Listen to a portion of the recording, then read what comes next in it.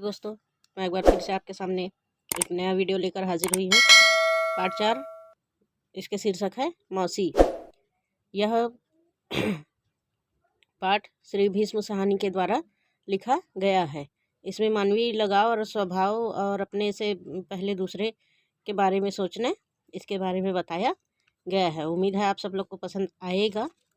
Please देखिए, like कीजिए, subscribe कीजिए और आगे ज़रूर भेज दीजिए। नोटिफिकेशन ऑन रखिएगा। तो आइए देखते हैं पाठ में क्या दिया गया है। उसे सब मौसी कहकर पुकारते थे, बच्चे भी और बड़ी उम्र के लोग भी। एक महिला थी जिसे सब लोग मौसी कहकर पुकारते थे, चाहे वह बच्चे हो या उम्र के बड़े लोग हो। किसी के घर बच्चा बीमार होता तो सबसे पहले मौसी को ही बुलाया जाता। किसी के घर शादी होती तो वहाँ भी सबसे पहले मौसी ही पहुँचती। दिन भर मोहल्ले में कभी एक के घर तो कभी दूसरे के घर मौसी बैठी नजर आती। मौसी कैसी थी, किसी के घर में यदि बच्चा बीमार हो जाता था तो मौसी को बुलाया जाता था उसकी देखरेख के लिए। शादी होती तो भी मौसी ही वहाँ पहुँचती। और मोहल्ले में कभी एक घर तो कभी दूसरे घर, जिस घर में जो भी होता था वहाँ मौसी बैठे हुए मिलती थी। कभी किसी घर के आंगन में बैठी लड़की के बाल काट रही होती, कभी किसी घर की छत पर शलजम की कलियां सूखने के लिए डाल रही होती। मौसी जो है कभी किसी के आंगन में बैठकर किसी बच्ची की बाल काट रही होती तो कभी छत पर शलजम सुखाते हुए दिख जाती थी। जब चंदू की बहन की शादी हुई तो मौसी दिन भर दुल्हन की हथेलियों पर मेहंदी के बेलबूटे बनाती रही। चंदू नाम का जो लड़का है उसकी बहन की जब शादी होती है तो मौसी क्या है, दिन भर उसके हथेली पर मेहंदी बनाते बैठे रहती है। एक दिन आंगन में बैठी मौसी नीले रंग के पल्ले पर झिलमिलाते सितारे टाक रही थी। एक दिन मौसी आंगन में बैठी थी और नीले रंग के पल्ले पर सितारे टाक रही थी। बच्चों से बोली, आओ तुम्हें सितारों जड़ा आसमान दिखाऊं। बच्चों को बुलाकर बोलती है कि आओ तुम्हें सितारों से जड़ा हुआ आसमान दिखाती हूँ। कहकर उसने हमारे सामने पल्ला बिछा दिया। सचमुच हमें लगा जैसे तारों से झिलमिलाता आकाश हमारे सामने फैल गया हो। उसने वह पल्ला जिसमें सितारा लगाया था वह बच्चों के सामने बिछा दिया। उन्हें देखकर ऐसा लगा कि जैसे सच में वे तारों के बीच आसमान में बैठे हो। बड़ी बहन सुनीता थी कि पहले मौसी तीज त्योहार के मौके पर नाचा भी करती थी, तरह तरह के स्वांग भरती। अब वह कुछ बुढ़ा गई है। बड़ी बहन सुनीता थी कि पहले क्या करती थी, मौसी तीज त्योहार या अन्य किसी त्योहार पे होता था तो वह स्वांग भरती थी और नाचा भी करती थी, पर अब वह कुछ सी उम्रदराज हो गई है। मौसी कौन थी, कहाँ से आई थी, कोई नहीं जानता था। किसी को यह भी मालूम नहीं था कि वह रहती कहाँ थी। ये बुजुर्ग महिला जिसको मौसी बोल के सभी संबोधित करते थे, उसके बारे में कोई नहीं जानता था कि वे कहाँ से आई थी और कहाँ रहती थी। एक बार माँ ने मुझसे कहा, जा मौसी को बुला ला। मैंने पूछा, कहाँ मिलेगी। एक बार उसकी माँ कहती है कि जा मौसी को बुला कर लाना, तो वह सवाल पूछते हैं, कहाँ मिलेगी। माँ बोली, मोहल्ले में ही कहीं मिलेगी। यह भी कोई नहीं जानता था कि मौसी कब उस मोहल्ले में आई थी। उसने जवाब दिया कि मोहल्ले में ही कहीं मिलेगी। किसी को यह नहीं पता था कि वह उस मोहल्ले में कब आई थी। बच्चे जब बड़े हो जाते, छोटे स्कूल को छोड़कर मिडिल स्कूल में जाने लगते तो मौसी का दामन छोड़ देते। बच्चे क्या है, छोटे में मौसी के पास रहते थे, पर जब वो बड़े हो जाते थे और मिडिल स्कूल में जाने लगते थे तो मौसी के दामन छोड़ देते, अर्थात उनसे अलग हो जाते थे। तब मोहल्ले के दूसरे नन्हे बच्चे उसका हाथ साथ पकड़ लेते थे। तब मोहल्ले में जो छोटे बच्चे अन्य होते थे वह उनका साथ मिल जाता था। रोज दोपहर ढलने पर मौसी नीम के पेड़ के तले पहुंच जाती। वहां सभी बच्चे खेला करते थे।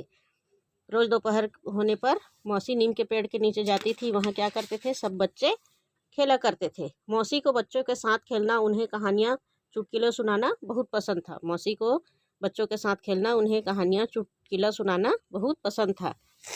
जब शाम हो जाती और बच्चे खेल कर थक जाते तो मौसी को घेर कर बैठ जाती, उसको कहानियाँ सुनते। आज मुझे जितनी कहानियाँ याद है, तोता तोती की कहानी, काट के घोड़े की कहानी, सुंदरबाई की कहानी, वे मैंने मौसी के मुँह से ही सुनी थी। जब बच्चे खेल कर थक जाते थे तो वो मौसी को ही पकड़ते थे और उनसे कहानियाँ सुना करते थे। मौसी महिला सा दुपट्टा ओढ़े रहती थी, उसके हर कोने में कुछ न कुछ बंधा रहता था। मौसी एक महिला कुछ ऐसा दुपट्टा ओढ़े रहती थी और दुपट्टे के सभी कोने में कुछ न कुछ बांध के रखती थी। किसी कोने में थोड़े से चने, किसी में टिकिया, किसी में दाल फुलियाँ। मौसी दुपट्टे के छोरों को खोलकर हम सबकी हथेली पर थोड़ा थोड़ा चना चबेना रख देती थी। मौसी कुछ अपने दुपट्टे में बांध कर रखे रहती थी। तो किसी में टिकिया होता था, किसी में दाल फुलिया और किसी में चना। मौसी वह खोलकर बच्चों को थोड़ा थोड़ा दे देती थी। एक बार मैंने माँ को बताया तो माँ ने मना कर दिया। उस गरीबी से लेकर क्यों खाते हो, वह थोड़ा सा चना चबेना अपने लिए रखती होगी।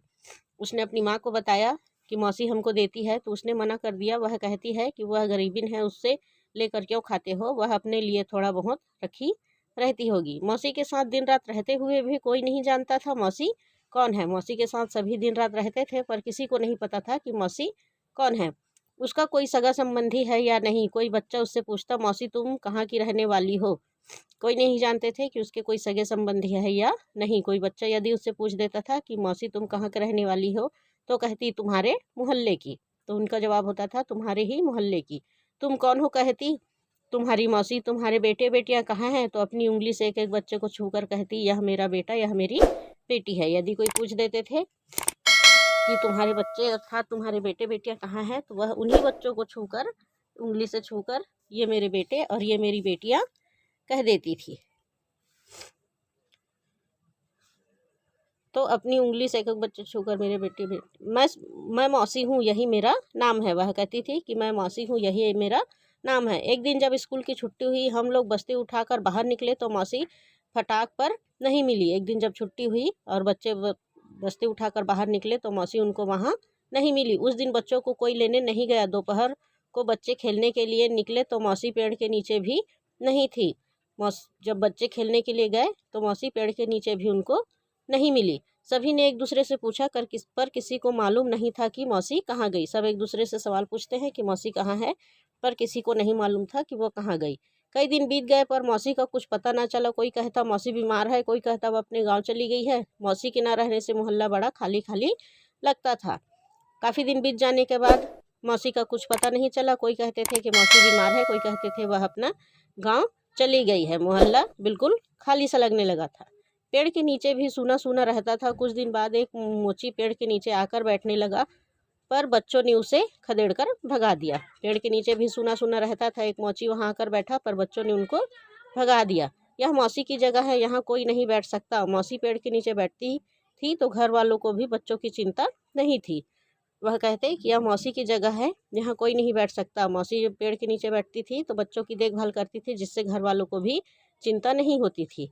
अब वे बच्चों को बाहर खेलने नहीं देते हैं। वो बच्चों को बाहर खेलने नहीं देते। एक दिन हम मौसी की खोज में घूम रहे थे, तभी हमें एक मकान के अंदर ऊंची ऊंची बोलने की आवाज़ सुनाई दी। एक दिन मौसी को ढूंढते हुए घूम रहे थे, तभी मकान के अंदर ऊंची ऊंची बोलने की आवाज़ सुनाई दी। हमने ठेका तो नहीं ले रखा है मौसी, 20 दिन से तुम यहाँ पड़ी हो, अब तुम किसी दूसरे के घर चली जाओ। वो उसमें से आवाज़ आती है कि हमने ठेका लेकर नहीं रखा है, पिछले 20 दिन से तुम यहाँ पड़ी हो, अब कहीं और चली जाओ। मौसी का नाम सुनकर हम सब ठिठक कर खड़े हो गए। बंद दरवाजे की दरार से अंदर झांक कर देखा। आंगन में मौसी एक खाट पर लेटी थी, बाल उलझे हुए और चेहरा पीला व सूखा हुआ सा था। उसके पास ही खड़ी एक औरत उसे डांट रही थी। मौसी की नाम सुनकर वह ठिठक कर वहीं रुक गए। अंदर देखे तो मौसी थी और एक औरत उसको खड़ी हुई डांट रही थी। मैं चली जाऊँगी, जरा शरीर संभल जाए, तू अपने गाँव चली जा। वह बोलती है कि मैं चली जाऊँगी, जरा शरीर संभल जाए, तू भी अपने गाँव चली जा। गांव में मेरा कौन बैठा है, कहती कहती मौसी रुआसी हो गई। गांव में मेरा कौन बैठा है, ऐसा कहते मौसी का गला भर गया। आज के लिए इतना ही। कल के वीडियो में देखेंगे कि वह डांटती फटकारती लेडी कौन थी। आज के लिए इतना ही। धन्यवाद। जय हिंद।